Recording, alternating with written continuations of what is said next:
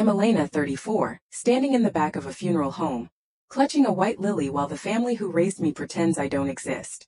My mother just walked right past me, dabbing at dry eyes with a monogrammed handkerchief. My father didn't even glance my way. My brothers, golden boys extraordinaire, are accepting condolences like minor celebrities. Meanwhile, I'm the stranger at my own grandfather's funeral, the only person who ever showed me kindness in that house. I don't cry. I don't scream, I simply stand straighter, my expression neutral as I watch the performance unfold. Where are you watching from today? Drop your location in the comments below and hit that like and subscribe button. If you've ever felt invisible in your own family, you'll definitely want to stick around for what happened next. The thing about being the family disappointment is that eventually you stop disappointing yourself. I learned that lesson early. I was 4 when I came to live with the Harringtons. At least that's what they told me. No memories before that. Just fragments, a woman's laugh, the smell of cinnamon, a blue toy truck, nothing concrete. From day one I was different. While Alexander and Nicholas had their own rooms with custom furniture and the latest toys, I slept in what was essentially a glorified closet on a mattress that sagged in the middle. While they got new clothes for each season, I wore hand-me-downs from cousins I'd never met. While they got birthday parties with themes and professional entertainers, I got a store-bought cupcake, if anyone remembered at all. Elena, the dishes need washing. Elena, fold the laundry. Elena, why can't you be grateful for everything we've done for you? That was my childhood. Being reminded daily that I was Charity, a burden, the cleaning lady who didn't get paid. Only Grandpa Harold saw me. He'd slip me books when no one was looking. He taught me to play chess during his visits. He'd wink at me across the dinner table when Victoria, never Mom, complained about my mediocre grades or unruly hair. You've got fire in you, kiddo. He'd whisper when we were alone. Don't let them put it out. I left the day after my 21st birthday. No dramatic exit. I simply packed my few belongings while everyone was at one of Nicholas' football games and walked out the door. I got a job cleaning hotel rooms, rented a room in a house with 5 other people, and started community college classes at night. For 13 years I built my life brick by brick, got my business degree, saved every penny, opened a small bakery that grew into a neighborhood favorite. I made my own family of friends who chose me, who celebrated my wins and held me through my losses. I only saw the Harrington once during those years. Ran into Victoria at the grocery store. She looked me up and down, sniffed and said, "Still cleaning up after people I see." I didn't correct her, let her think I was still a maid. Her opinion had stopped mattering long ago.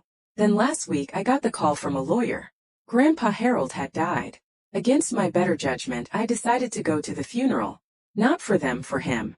So here I stand in a simple black dress that cost more than my monthly food budget as a college student, watching the family who never wanted me pretend to grieve a man whose kindness they never appreciated.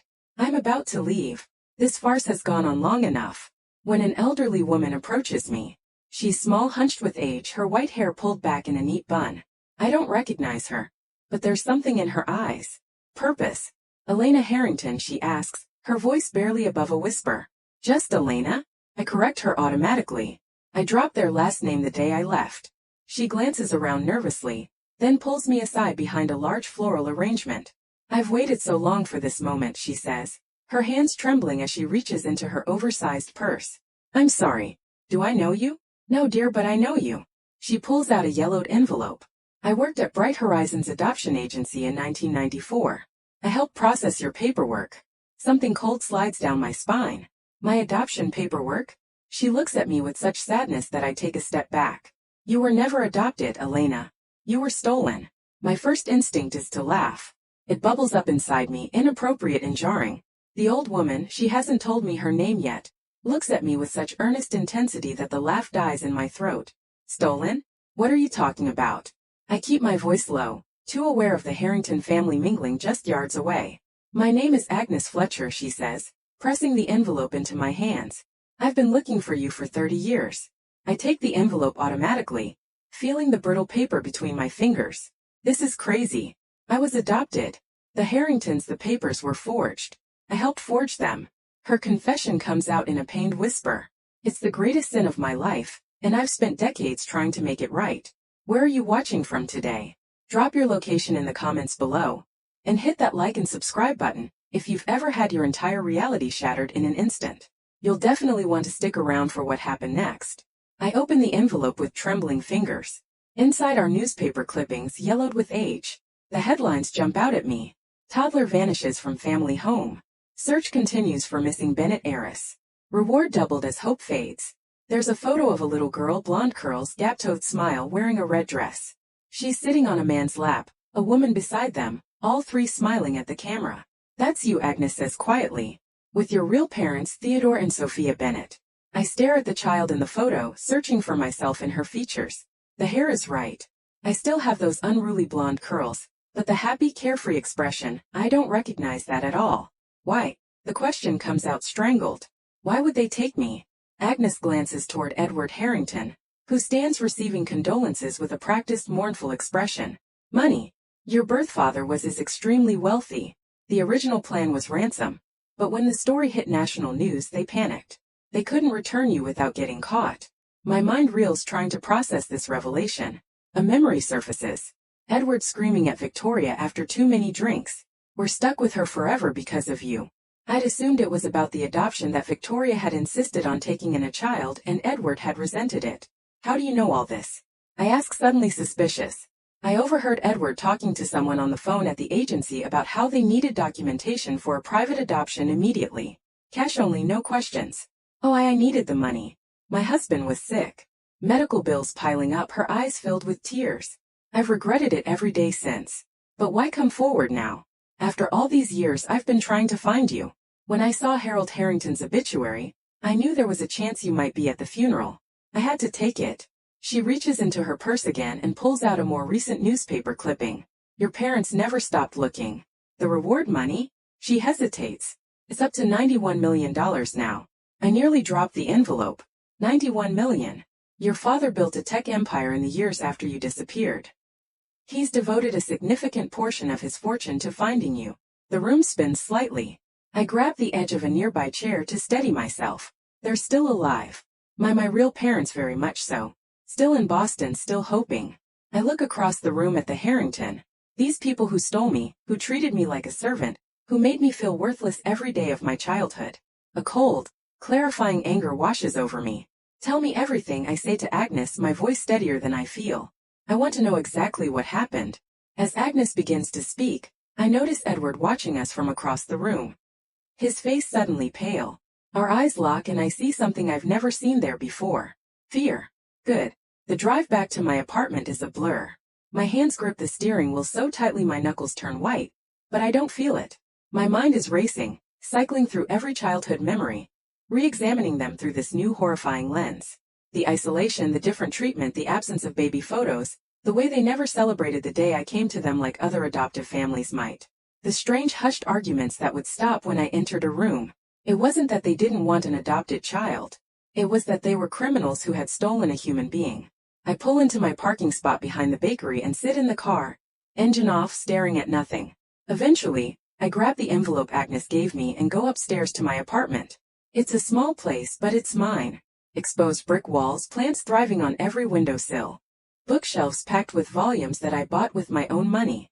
The scent of vanilla and cinnamon that follows me home from the bakery below. This is the life I built for myself despite them. Where are you watching from today? Drop your location in the comments below and hit that like and subscribe button. If you've ever had to completely reimagine your past, you'll definitely want to stick around for what happened next. I spread the newspaper clippings across my kitchen table, arranging them chronologically. The story unfolds before me like a nightmare. April 12, 1994. 4-year-old Elena Bennett disappears from the backyard of her family's Boston home, while her nanny steps inside to answer the phone. April 13, 1994. Parents, Theodore and Sophia Bennett, make emotional plea for their daughter's return. Offer $500,000 reward, no questions asked. April 20, 1994. Reward increased to $1 million as search continues. FBI joins investigation. May 5, 1994. New lead in Bennett kidnapping proves false. Family devastated. The articles continue tracking a case that gradually faded from front-page news, but never disappeared entirely.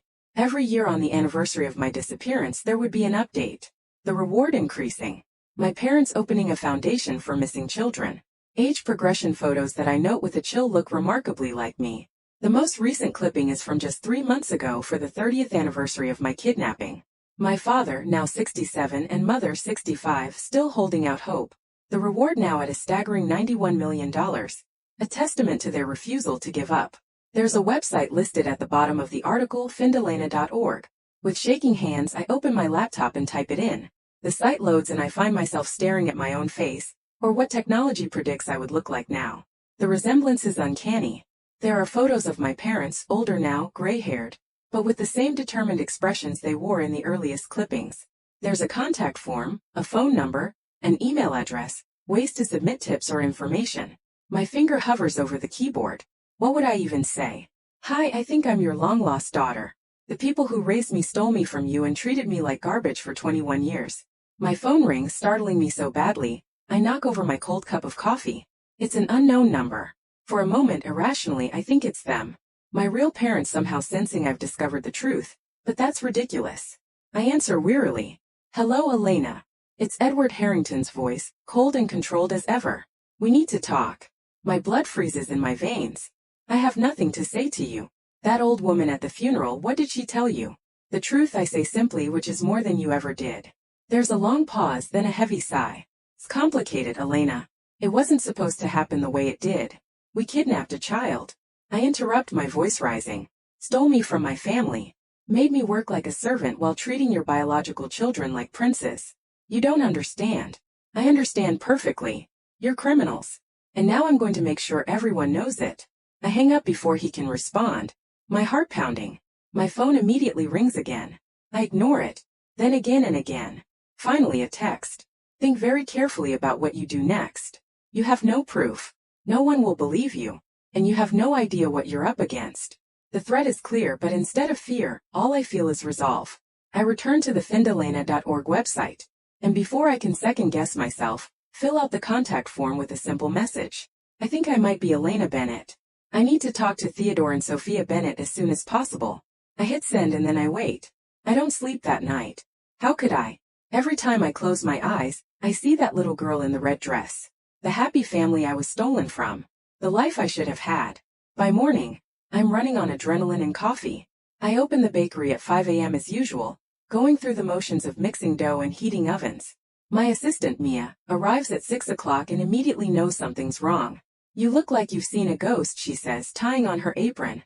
Everything okay? I consider telling her everything, but the words stick in my throat. It's too much, too unbelievable. Just didn't sleep well, I say instead. Can you handle the front today? I need to stay in the kitchen. Baking has always been my therapy. There's something soothing about the precision of it, the chemistry, the transformation of simple ingredients into something wonderful. Today I lose myself in it, trying to quiet the chaos in my mind. Where are you watching from today? Drop your location in the comments below and hit that like and subscribe button. If you've ever had to keep a life-changing secret, you'll definitely want to stick around for what happened next. By noon I've checked my email and the contact form on findalena.org a dozen times. Nothing. I try not to feel disappointed. It's probably a frequently used form filled with false leads and wild claims. Mine might be just another in a long line of dead ends for the Bennett. My phone rings again. Edward, for the 5th time today. I silence it and continue crimping pie crusts with more force than necessary. The bell above the bakery door chimes. Mia's cheerful greeting floats back to the kitchen, followed by a male voice I don't recognize. Then Mia appears in the doorway looking puzzled. There's a guy here asking for you. Says he's a private investigator. My heart leaps into my throat. Did he say what it's about? No, just that it's important. I wipe my flour-covered hands on my apron and step into the front of the bakery. A tall man in a well-cut suit stands examining the pastry case. He's in his 50s with salt and pepper hair, and the watchful eyes of someone who notices everything. I'm Elena, I say, and his head snaps up. Miss Harrington. I'm Michael Voss. I represent Theodore and Sophia Bennett. He holds out a business card. Is there somewhere we can speak privately? My legs nearly give out beneath me. Yes, we can go upstairs to my apartment. I lead him through the back of the bakery and up the narrow staircase to my place, hyper-aware of my racing pulse and the flour dust I'm trailing behind me. I apologize for showing up without warning, he says as I close the apartment door behind us. But when the Bennett received your message last night, they asked me to verify your claim as quickly as possible. That was fast, I say, still standing awkwardly by the door. I only sent it last night. The Bennett have been waiting 30 years, Miss Harrington. They don't waste time when it comes to leads about their daughter. He studies me carefully.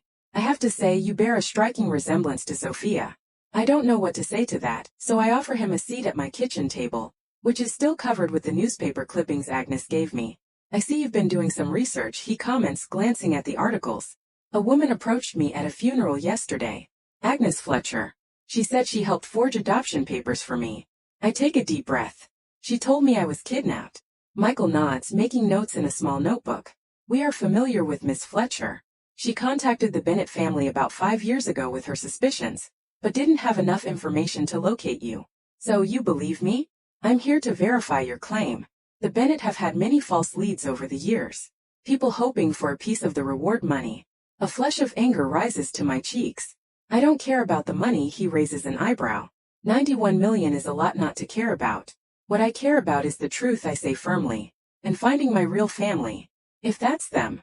Michael's expression softens slightly. That's what we're here to find out. He reaches into his briefcase and pulls out a small kit. I need to take a DNA sample, a simple cheek swab. The Bennett have their profiles on file with several databases. We should have preliminary results within 24 or 48 hours. I nod, suddenly nervous. What if I'm wrong? What if this is all some elaborate mistake? As he prepares the swab, my phone buzzes with another text from Edward. We're coming over. We need to talk face to face. I show the message to Michael, whose expression immediately turns serious. The Harringtons. They know you've discovered the truth. Edward called me last night. He was threatening. Michael quickly finishes taking the DNA sample and seals it in a labeled container. Miss Harrington, Elena, I need you to listen carefully. If what you're saying is true, the people who raised you are guilty of a federal crime with no statute of limitations. They have every reason to want to silence you. A chill runs through me. You think they'd hurt me? I think people who would steal a child are capable of many things. He hands me a card with his cell phone number. Call me immediately if they contact you again. And don't meet with them alone. As if on cue, my phone buzzes with another message. We're outside your bakery. Come down now. I show Michael, who immediately takes out his phone. I'm calling the police. Police officers Thompson and Sullivan sit at my kitchen table, taking statements while Michael paces by the window, phone pressed to his ear. Below us, the Harringtons wait in the bakery, unaware of what's happening upstairs. Let me get this straight, Officer Thompson says, brow furrowed as she reviews her notes. You believe you were kidnapped as a child and the people who raised you are the kidnappers? Yes. And you've only just discovered this yesterday at a funeral. She exchanges a glance with her partner that clearly says they think I'm crazy. But then Michael joins us at the table, sliding a tablet across to the officers. I've just emailed you the case file on Elena Bennett's kidnapping from 1994, including original police reports, FBI involvement, and subsequent investigation updates. I've also included Ms. Fletcher's statement from 5 years ago, regarding her involvement in falsifying adoption records. The officers look at the tablet, scrolling through what must be an extensive file. Their expressions shift from skepticism to surprise. This is quite a case, Officer Sullivan says finally. But without DNA confirmation, which is being expedited as we speak, Michael interrupts. In the meantime, the people who likely committed this crime are downstairs, possibly intending to threaten or harm MS. Harrington, where are you watching from today? Drop your location in the comments below and hit that like and subscribe button. If you've ever had to face people who betrayed you, you'll definitely want to stick around for what happened next. Officer Thompson straightens. We'll go speak with them. Miss Harrington, you should stay up here for now. Actually, I say standing up. I want to face them with you present. Michael looks like he wants to object, but something in my expression must convince him. I think that's a reasonable request, officers. Elena deserves answers. We descend the stairs to the bakery. Mia has closed the shop, flipping the sign to close for family emergency. More accurate than she could possibly know. Through the glass door, I can see Edward and Victoria Harrington waiting, faces tight with barely contained anger. Officer Thompson opens the door. Mr. and Mrs. Harrington, I'm Officer Thompson. This is Officer Sullivan. We'd like to ask you some questions. Victoria's perfectly coiffed head whips around. What is the meaning of this, Elena? Why are the police here? I step forward, Michael slightly behind me, a reassuring presence. They're here because I know the truth about who I am, about what you did. Edward's face drains of color. Whatever that old woman told you at the funeral was the truth. I finish for him. I was never adopted. You stole me. That's absurd. Victoria scoffs, but her voice wavers slightly. Officer, our daughter is clearly having some kind of breakdown. I'm not your daughter, I say, my voice steady despite the emotions churning inside me. My name is Elena Bennett. My real parents are Theodore and Sophia Bennett, and they've been looking for me for 30 years. Edward steps forward, finger pointed at Michael. And who is this? Someone taking advantage of her delusions? Michael Voss, private investigator representing the Bennett family. He hands Edward a card which the older man doesn't take. We've already collected DNA evidence that will confirm Elena's identity. This is ridiculous, Victoria sputters. We have adoption papers. Everything was legal. Forged papers, I say quietly. Agnes Fletcher has already confessed to helping you create them. At the mention of Agnes's name, Edward's composure finally cracks. That senile old woman doesn't know what she's talking about. It was 30 years ago. Officer Sullivan steps forward. So you do know Miss Fletcher. Edward realizes his mistake too late. He looks at Victoria, whose face has gone ashen. We want our lawyer, she says stiffly. We're not saying anything more without representation. That's your right, Officer Thompson says. But we'd like you both to come down to the station to answer some questions. This is outrageous, Edward blusters. But there's fear in his eyes now. You can't possibly believe this fantasy. I step closer to him, closer than I've willingly been in years. Why did you do it? Why steal a child only to treat her like she was nothing to you? For a moment something like shame flickers across his face. Then it hardens again. You have no idea what you're talking about. Mr. and Mrs. Harrington, Officer Sullivan says firmly. Please come with us. As they're escorted out, Victoria turns back to me, her face contorted with a mixture of fear and defiance. We gave you a home. We clothed you, fed you. Without us, who knows where you'd have ended up. The irony of her statement is so absurd. I actually laugh. A sharp, bitter sound that makes her flinch. Without you, I would have grown up with my real family. People who wanted me, who loved me, who have spent 3 decades and millions of dollars trying to find me.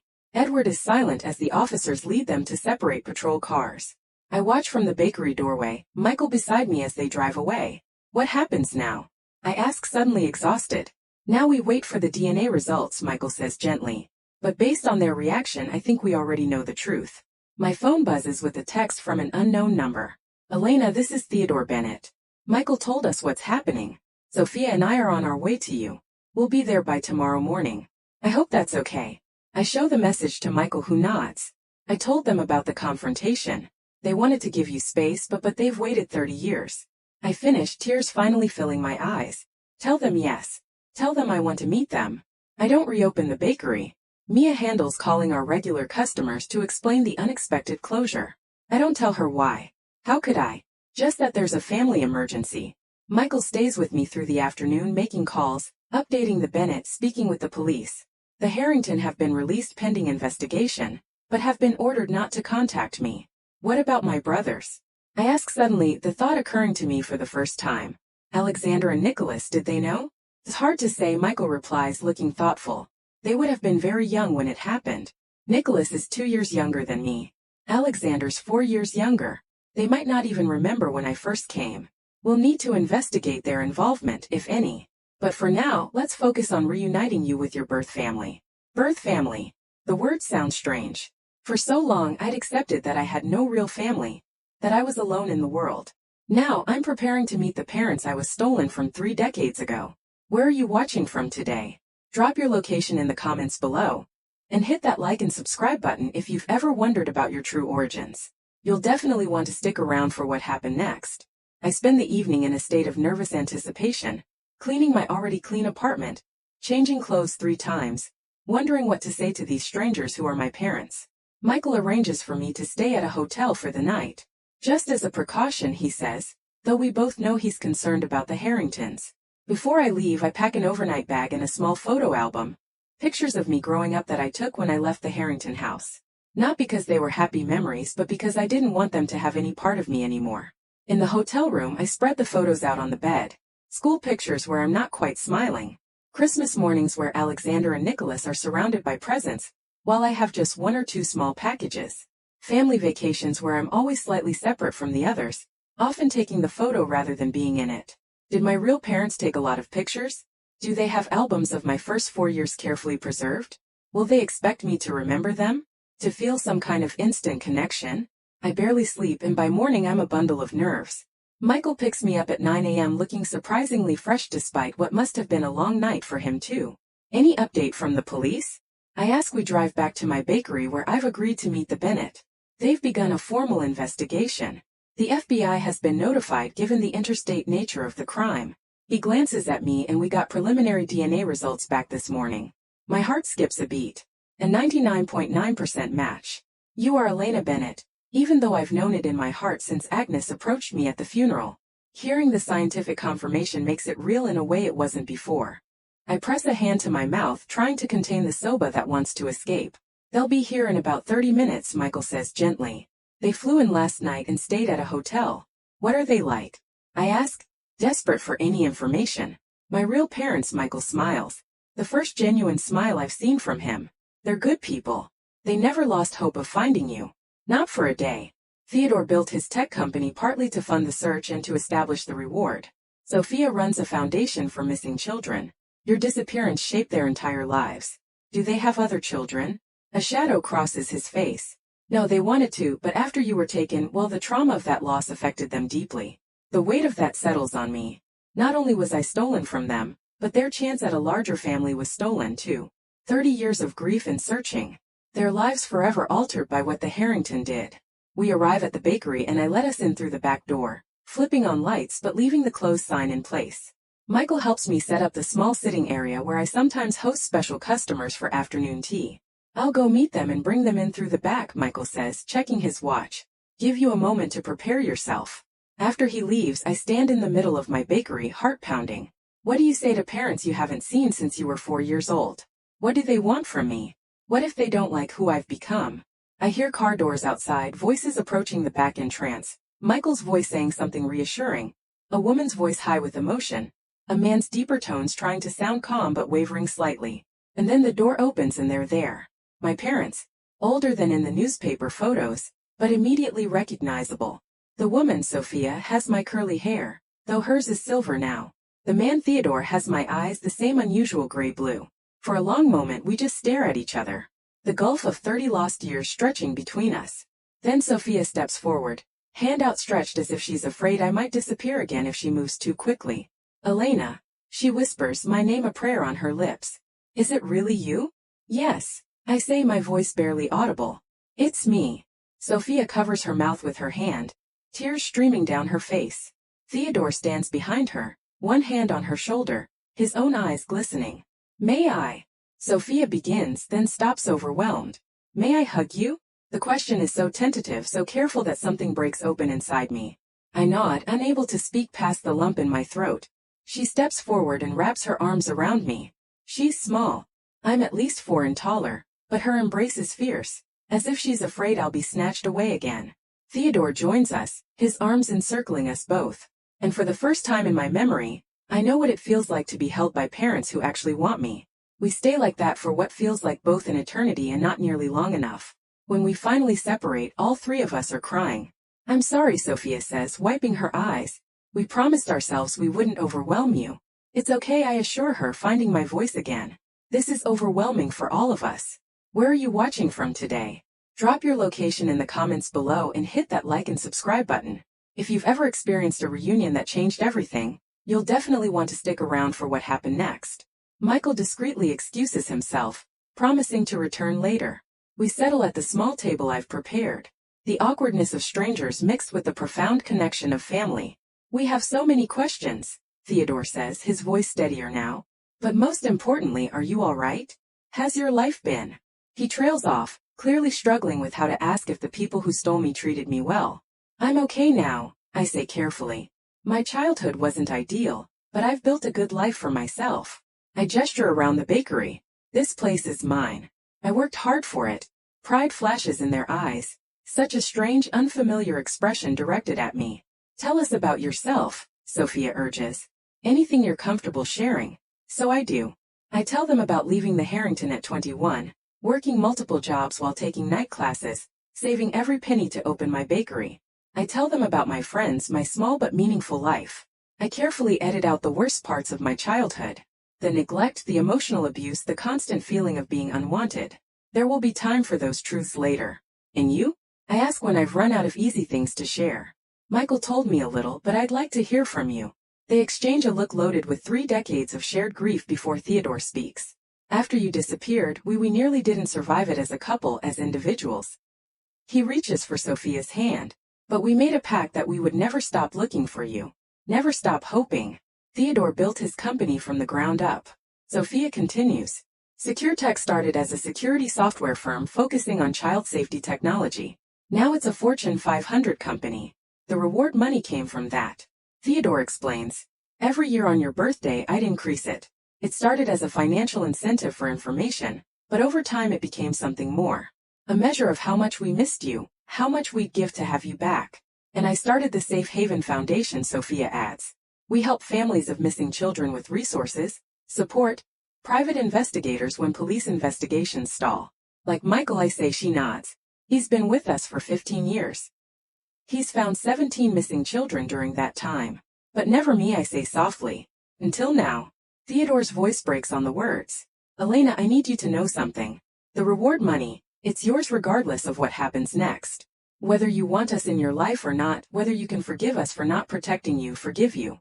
I interrupt, stunned. You have nothing to be forgiven for. You didn't do anything wrong. We let you out of our sight, Sophia says, her voice hollow with an old familiar guilt. Just for a moment. I've relived that moment every day for 30 years. I reach across the table and take their hands in mine. Listen to me. What happened wasn't your fault. It was Edward and Victoria Harrington's fault, only theirs. Something shifts in their expressions. A loosening, a release.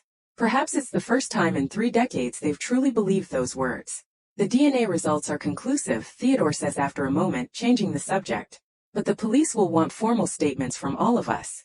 And there will likely be a trial eventually. I know, I say. I'm ready for that. There's something else, Sophia says hesitantly. We've kept your room at our house all these years. We've kept it ready for you. She hurries on.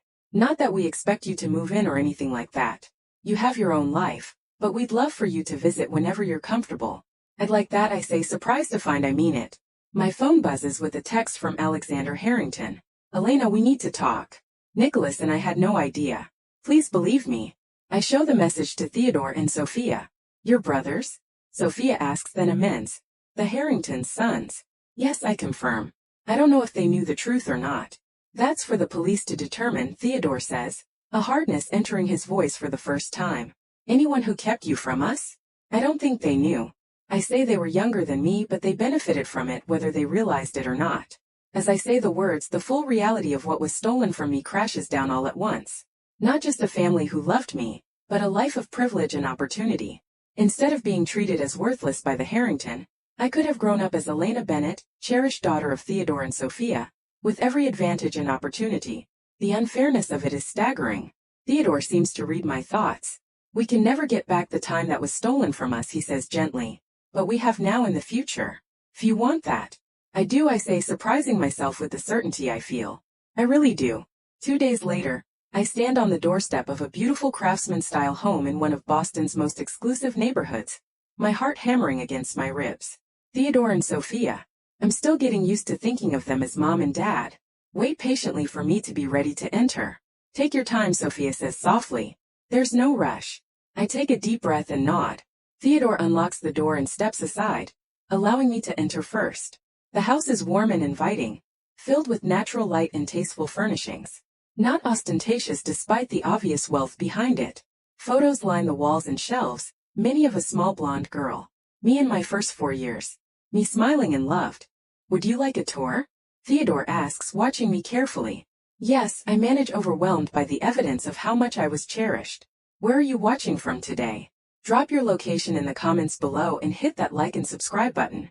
If you've ever wondered what your life might have been like on a different path, you'll definitely want to stick around for what happened next. They show me through the first floor. The living room with its wall of books. The kitchen where Sophia tells me she used to bake with me. You loved helping with cookies even though you usually ate more dough than made it to the oven. The sunroom overlooking a lush backyard with a treehouse that Theodore built when I was 3. Then with gentle solemnity they lead me upstairs. This is your room, Sophia says, pausing outside a closed door. We've updated it over the years based on what we imagined you might like. If it's too much, I want to see it. I assure her. Theodore opens the door and I step into a space that exists somewhere between a shrine to a lost 4-year-old. and a room designed for a woman who never had the chance to grow up here. The walls are a soft sage green. The furniture simple but elegant bookshelves line one wall filled with books for every age, picture books from my early childhood, then chapter books, young adult novels, and finally classics and contemporary fiction, as if they'd continue to buy books for me as I grew. On the dresser sit framed photos of me as a toddler alongside empty frames, spaces waiting to be filled with new memories. A desk in the corner holds a computer and a stack of sketchbooks. You love to draw, Sophia explains, following my gaze. We thought you might still. I shake my head. The Harrington didn't encourage creativity, I say, the words coming out flatter than intended. I haven't drawn since I was little. Pain flashes across their faces, but they quickly mask it.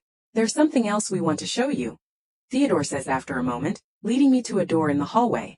This was going to be your art studio once you were old enough. He opens the door to a light-filled space with easels, shelves of art supplies, and a large worked. Unlike my bedroom, this room doesn't feel frozen in time. Feels like possibility. We always believed we'd find you, Sophia says quietly. We had to. I turn away, overcome with emotion, and my gaze falls on a door at the end of the hall. What's in there? A shadow crosses their faces. That was going to be a nursery, Theodore admits. For a sibling we were planning to adopt after we couldn't find you, but it never felt right. The weight of all that was stolen, not just from me, but from them, settles heavily on my shoulders. A family that never grew. A room that was never filled. 30 years of holding space for a child who wasn't there. I'd like some time alone, I say suddenly, just to process all this. Of course, Sophia says immediately. Would you like to stay in your room? Or we can show you to the guest room if that would be more comfortable. My room is fine, I say, testing how the words feel. My room, not a converted closet or a spare room grudgingly given, but a space that was always meant to be mine. They leave me with gentle reassurances that I should take all the time I need. I sit on the edge of the bed, my bed, and look around at the life that was prepared for me, waiting patiently for 30 years. On the nightstand is a small music box. I open it and a delicate melody begins to play. Something stirs in the deepest recesses of my memory. This tune, these notes. I close my eyes and for a fleeting moment, I'm 4 years old again, safe and secure, listening to this melody as I fall asleep. The memory is gone as quickly as it came, leaving me aching for more. Will other memories return? Or are those first 4 years lost to me forever? My phone buzzes with another text from Alexander. Please, Elena, just 10 minutes. We've been looking for you everywhere. We had no idea what our parents did. Let us explain. I hesitate, then type back. Tomorrow 10 a.m. at my bakery. You and Nicholas only. No Edward or Victoria. His response is immediate. Thank you. We'll be there. I set the phone aside and continue exploring the room, opening drawers filled with clothes that track the ages I would have been, all removed from their original packaging and washed, as if Sophia wanted them to feel lived in, ready for my return. In the closet, I find a small box labeled Elena's treasures. Inside are a child's keepsakes, a collection of smooth stones, seashells from a beach trip, a pressed flower, a small toy truck, the blue truck from my fragments of memory. I hold it in my hand, turning it over. There's a name written on the bottom in a child's uneven letters. Elena. Something breaks loose inside me. Not quite a memory, but a feeling of certainty. This was mine. I held this, played with this, loved this. For the first time since learning the truth, I allow myself to cry freely. For the little girl who was stolen. For the family that was broken. For all the years lost that we can never get back. But also unexpectedly for the life I managed to build despite everything. The strength I found within myself. The woman I became without their guidance. There's a soft knock at the door. Elena. Sophia calls. Are you hungry? I made lunch but no pressure. I wipe my tears. Still clutching the blue truck. I'll be right down. I call back. I am Elena Bennett and I am finally home. The bakery is closed to customers, but I've been up since 5 a.m. anyway baking. It's what I do when I'm anxious. And today I'm very anxious indeed. Sophia is with me. After spending last night in my childhood bedroom, I asked if she would come back to the city with me for this meeting. Theodore wanted to come too, but I thought his barely contained rage toward the Harrington might make the conversation with Alexander and Nicholas more difficult. He reluctantly agreed to stay home, though he made me promise to call immediately afterward. You don't have to do this, Sophia says, watching me aggressively. Nido. You don't owe them anything. I know, I say, pushing my hands into the soft giving mass. But I need answers. And if they really didn't know, I don't finish the thought. What if they didn't know? Does it change anything? Does it make up for the years of small cruelties of always being treated as less than? At precisely 10 a.m., there's a knock on the bakery's front door. Sophia squeezes my shoulder in silent support. As I wipe my hands and go to let them in. Where are you watching from today? Drop your location in the comments below and hit that like and subscribe button. If you've ever had to confront people from your past who hurt you, you'll definitely want to stick around for what happened next. Alexander and Nicholas Harrington stand awkwardly on the sidewalk. They look terrible, unshaven, dark circles under their eyes. Their usually impeccable clothing rumpled. Good. A petty part of me thinks they should suffer a little. I unlock the door and step back to let them in, not offering any greeting. Elena, Alexander begins, then stops when he notices Sophia standing by the counter, arms crossed. Oh, I didn't realize you'd have company. This is Sophia Bennett, I say flatly. My mother. They both flinch at the word mother, their eyes darting between us, no doubt, noting the resemblance. So it's true, Nicholas says, his voice hollow. What they're saying on the news. The story broke yesterday. Kidnapped heiress found after 30 years, though thankfully no outlets have published my current name or location yet. Yes, I confirm. It's true. I was kidnapped by Edward and Victoria Harrington when I was 4 years old. They forged adoption papers and pretended I was their unwanted charity case for 21 years. Alexander runs a hand through his hair. A gesture so familiar it makes my chest ache with conflicted emotions. Elena, we had no idea. You have to believe us. Do I? I ask coolly. We were just kids. Nicholas protests. I was 2 when you came to live with us. Alexander was barely born. How would we have known? But as you got older, I press. You never wondered why I was treated so differently. Why I had to do all the chores while you 2 had everything handed to you. Why I was the adopted one and never just your sister. They exchange guilty looks. We thought that's just how adoption worked, Alexander says lamely. That you weren't really part of the family in the same way and that seemed okay to you. Nicholas looks down. We were kids. We accepted what our parents told us. And by the time we were old enough to question it, I was gone. I finished for him. We tried to find you. Alexander says earnestly. After you left, Mom and Dad wouldn't talk about it. Said you were ungrateful and wanted nothing to do with the family. But we looked for you, asked around. We just never found you. Sophia speaks for the first time. Her voice controlled but icy. And it never occurred to you to wonder why a 21-year-old would completely cut off her family. What might have driven her to that? The brothers shift uncomfortably. We knew things weren't great for her, Nicholas admits. But we were selfish teenagers wrapped up in our own lives. When did you find out the truth? I ask. 2 days ago, Alexander says. When the police came back with more questions for Mom and Dad, they wouldn't tell us anything, but we overheard enough. And then we confronted them and Dad admitted it. He was crying. Nicholas adds, as if this somehow mitigates 30 years of crimes. He said it was never supposed to happen that way, that they were desperate for money and it was just supposed to be a quick ransom demand. But then the story got too big and they panicked. And Mom, I ask, already knowing the answer. Alexander's expression hardens. She doesn't think they did anything wrong. Says they gave you a better life than you would have had in foster care after they found you abandoned. A bitter laugh escapes me. A better life? They treated me like Cinderella without the fairy godmother. They made me feel worthless every single day. We're so sorry, Nicholas says, his eyes wet. We should have seen it. Should have done something. Yes, I agree coldly. You should have. Sophia puts a hand on my arm.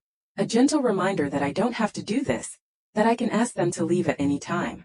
But now that they're here, I find I have more questions. What happens now with your parents?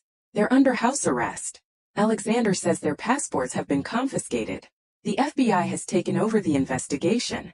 There's talk of federal kidnapping charges, fraud, identity theft. They'll go to prison, Nicholas adds, his voice hollow. And they should. What they did was unforgivable. And where does that leave us? I ask. The question that's been haunting me since they first texted. They exchange a look I can't quite interpret. That's up to you, Alexander says carefully. We understand if you never want to see us again, but we're hoping that someday you might be able to think of us as brothers again, or at least as people who care about you and want to make amends. We can't change the past, Nicholas adds. But we want to be part of your future if you'll let us. I look at Sophia, whose expression says clearly that this is my decision alone. I don't know, I say honestly. I don't know if I can separate you from what your parents did. From how I was treated in that house. I need time. We understand, Alexander says quickly. Take all the time you need. We'll be here. Whatever you decide. As they turn to leave, Nicholas pauses. For what it's worth, Elena, we always wished you'd been treated better. We just didn't know how wrong it really was. After they're gone, I sink onto a bakery stool, emotionally drained. You handled that remarkably well, Sophia says, sitting beside me. Did I? I feel like I should have been angrier or more forgiving. I don't know what the right response is. She takes my hand. There is no right response, only your authentic one. And whatever you're feeling, anger, confusion, even conflicted love for the boys who grew up as your brothers, it's all valid.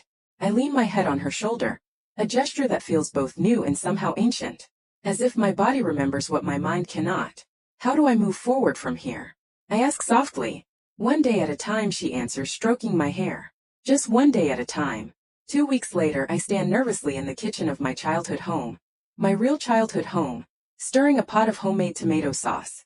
Sophia hovers nearby, not interfering but clearly wanting to help.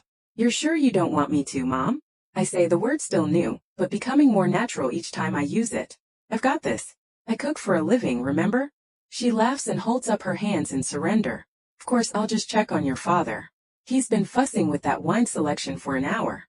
Tonight is important. The first dinner with the extended Bennett family.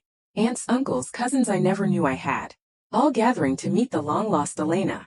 The pressure to make a good impression is immense. Though Sophia and Theodore insist, everyone is simply thrilled I've been found. They're your family, Sophia assured me earlier. They'll love you no matter what.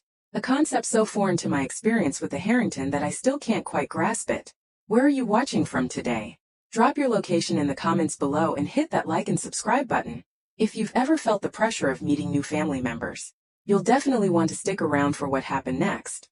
As I taste the sauce, adjusting the seasoning, Theodore enters the kitchen with 2 bottles of wine.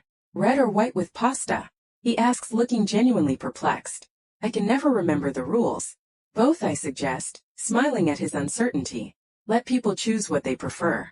He beams at me as if I've solved a complex equation. Brilliant. That's exactly what we'll do. In these small moments, I catch glimpses of myself in them. My practical nature reflected in Sophia. My attention to detail mirrored in Theodore. Traits I'd always attributed to my own determination are perhaps hereditary after all. The doorbell rings and Theodore nearly drops the wine bottles in his haste to answer it. They're here, Sophia says, smoothing her dress nervously. Are you ready? As I'll ever be. I reply, wiping my hands on a towel and taking a deep breath.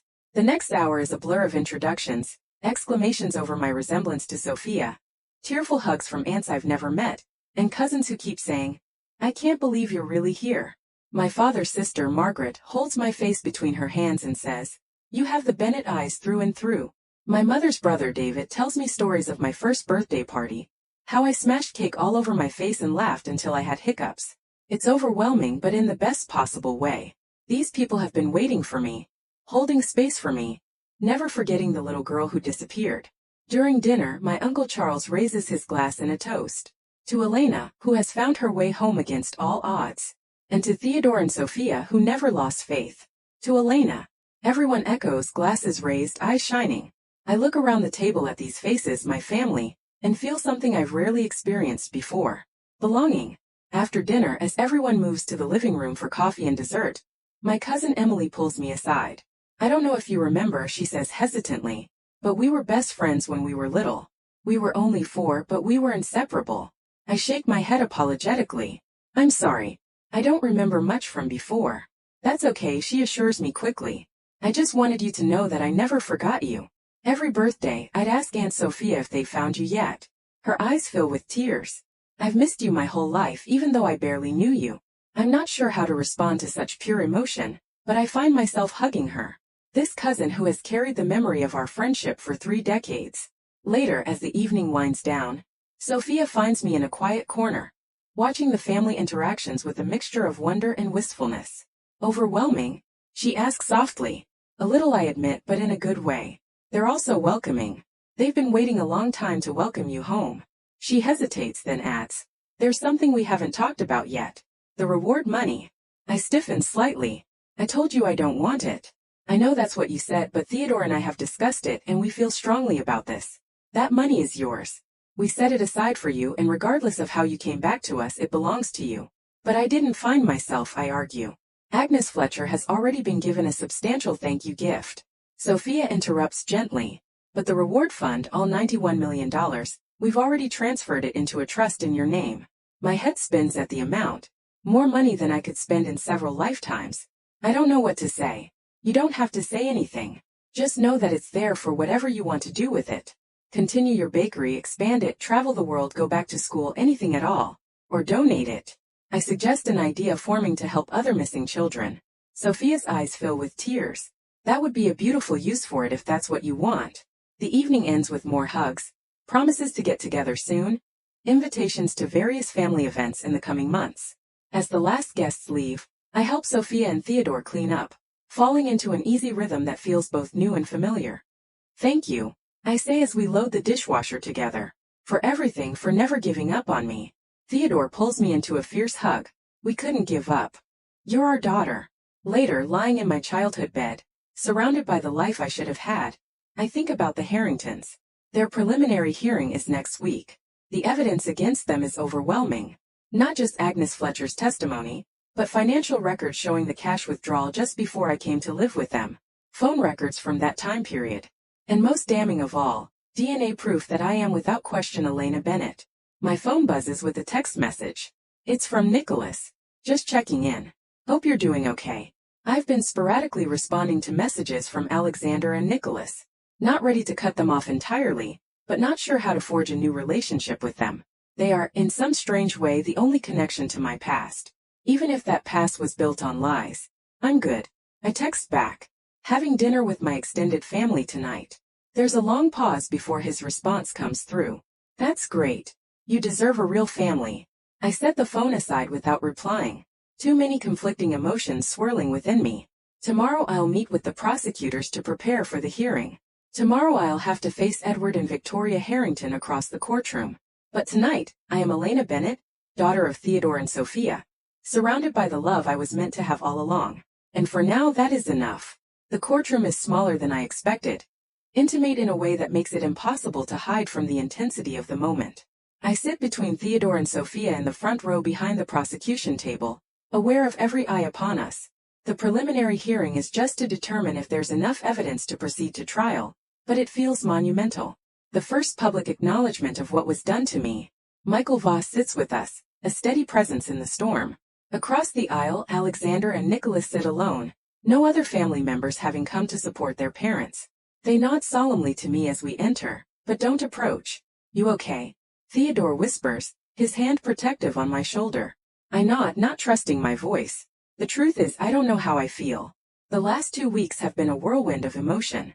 Joy at finding my real family, rage at what was stolen from me, confusion about my place in the world. Now, where are you watching from today? Drop your location in the comments below and hit that like and subscribe button. If you've ever had to face people who wronged you in a courtroom, you'll definitely want to stick around for what happened next. A door opens and Edward and Victoria Harrington are let in by court officers. They're not in handcuffs. This isn't a criminal trial yet, but they look diminished somehow. Edward's shoulders slump in a way I've never seen before. Victoria's normally perfect hair and makeup look hastily applied.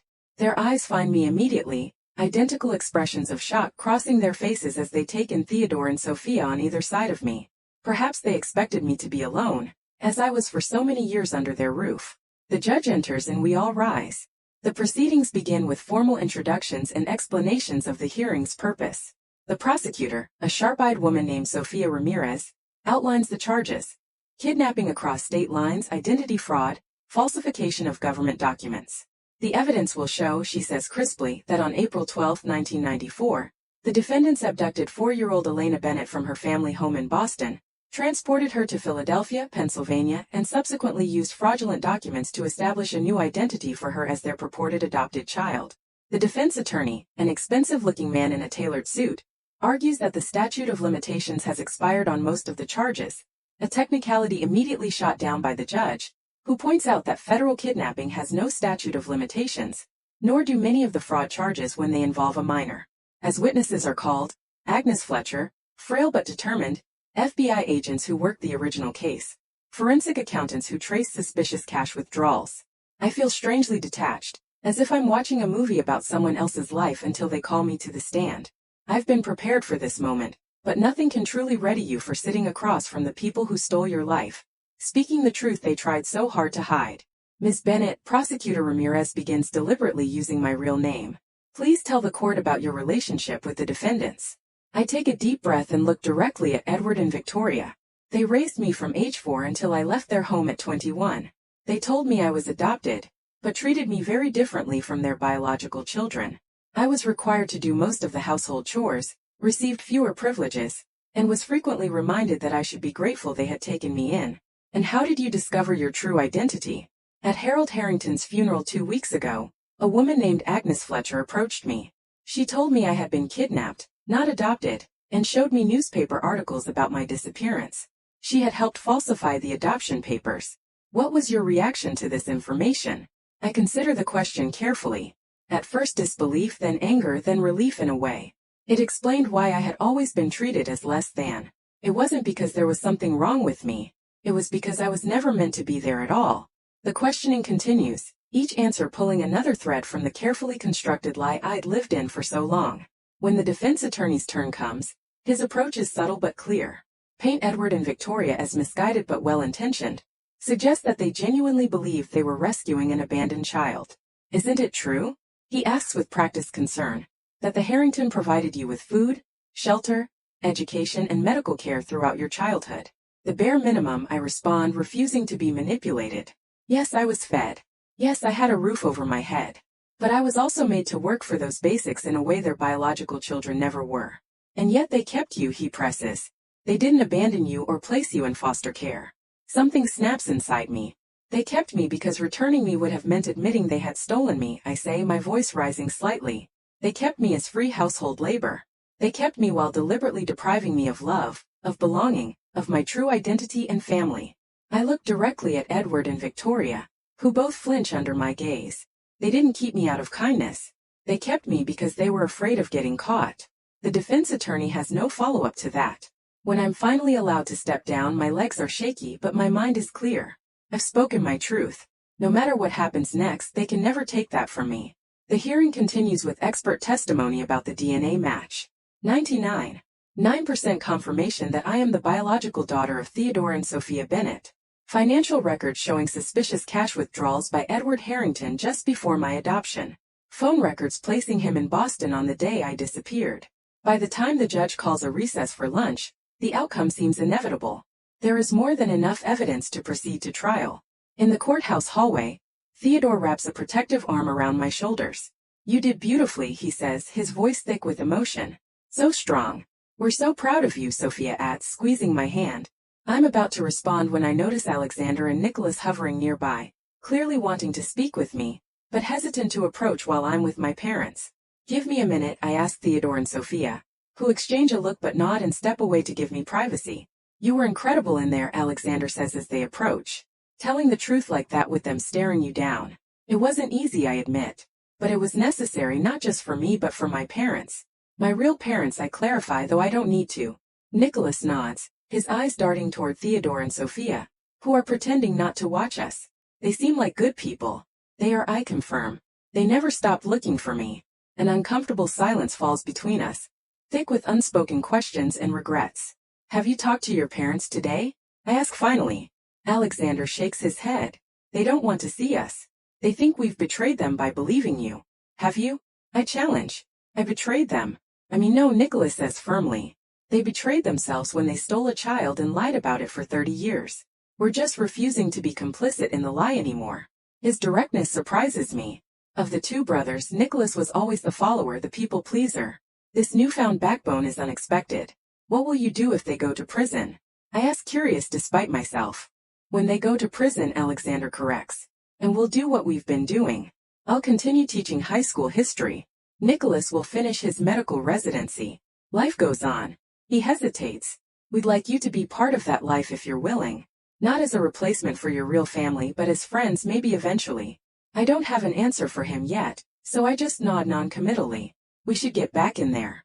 The hearing's about to resume. As we part ways, Nicholas catches my arm gently.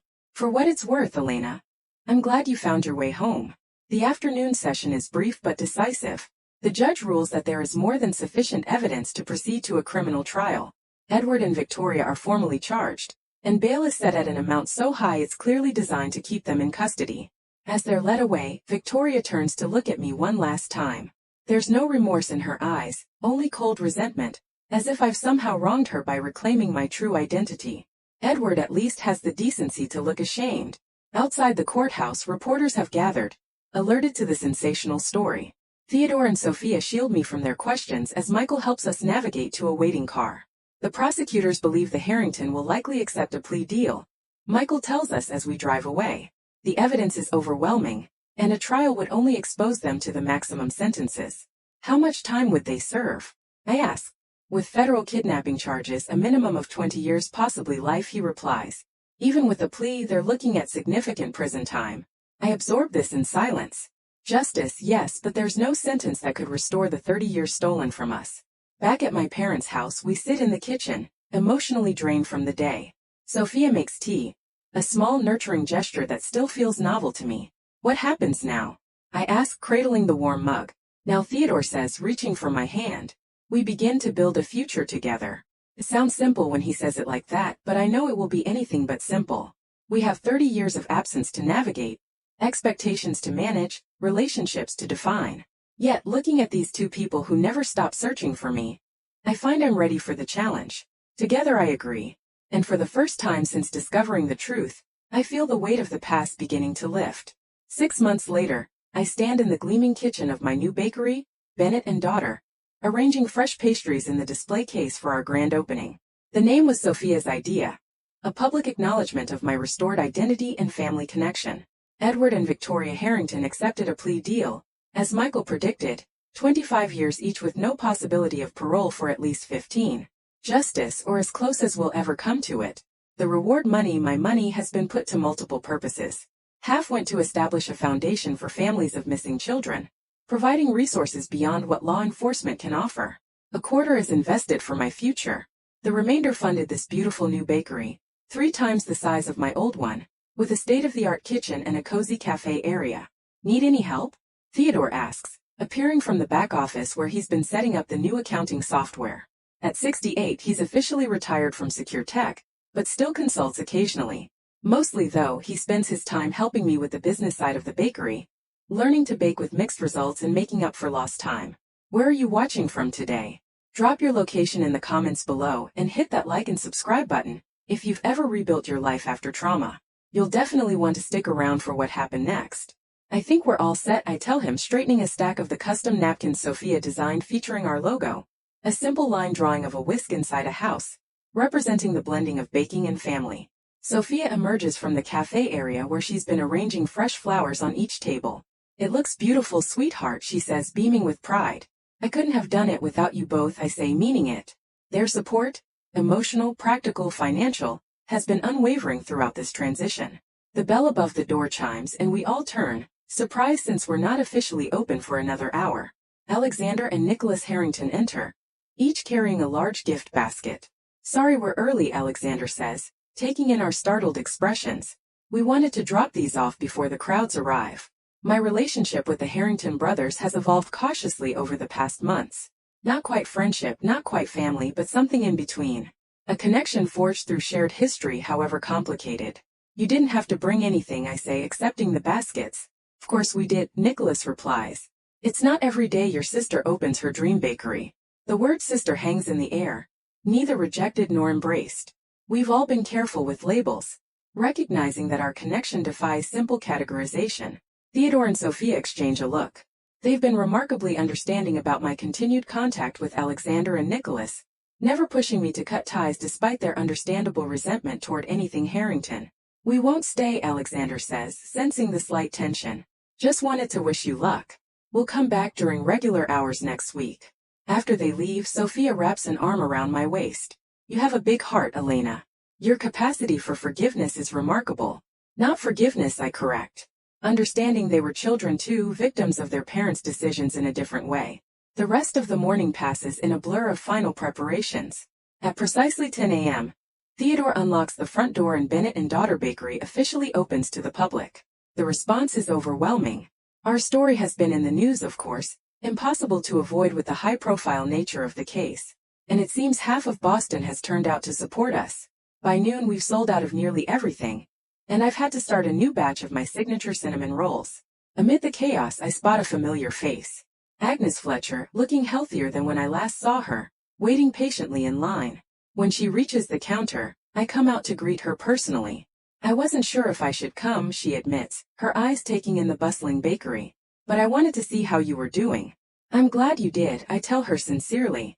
None of this would have happened without you. She shakes her head. I only helped right a wrong that I was part of creating. I don't deserve credit for that. We all have regrets, I say, thinking of my own.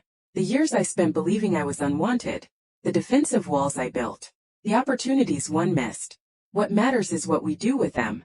After she leaves, clutching a box of pastries I insisted she take free of charge, Sophia finds me in a quiet moment. Everything okay? She asks, noticing my contemplative mood. Just thinking about how much has changed in 6 months, how much I've changed. She smiles, tucking a stray curl behind my ear in a gesture that has become comfortingly familiar. You were always extraordinary, Elena. That's something the Harrington couldn't take from you. No matter how hard they tried. By closing time, we're exhausted but elated. The day has been an unqualified success with pre-orders already stacked up for the rest of the week. As we lock up, a text message arrives from Theodore's sister Margaret. Family dinner Sunday. Usual time. Emily's bringing that new boyfriend for inspection. We need reinforcements. I laugh, showing the message to Sophia and Theodore. The Bennett family dinners have become a regular part of my life. Chaotic, loving gatherings where I'm gradually finding my place. Shall we tell her we'll be there? Theodore asks, already knowing the answer. Wouldn't miss it, I confirm. Later, in the quiet of my new apartment, a beautiful space near my parents' home, I sit on my balcony, watching the sunset over Back Bay. On the table beside me is a simple blue toy truck, a tangible connection to my earliest years. My phone buzzes with a notification. Someone has made a substantial donation to the Elena Bennett Foundation for Missing Children. Established with half of the reward money, the foundation has already helped reunite 3 families, and is providing support services for dozens more. As I watch the sky turn from gold to deep blue, I reflect on the incredible journey of the past 6 months. From Elena Harrington, the unwanted adopted daughter treated as a servant, to Elena Bennett, cherished daughter, successful business owner, an advocate for missing children.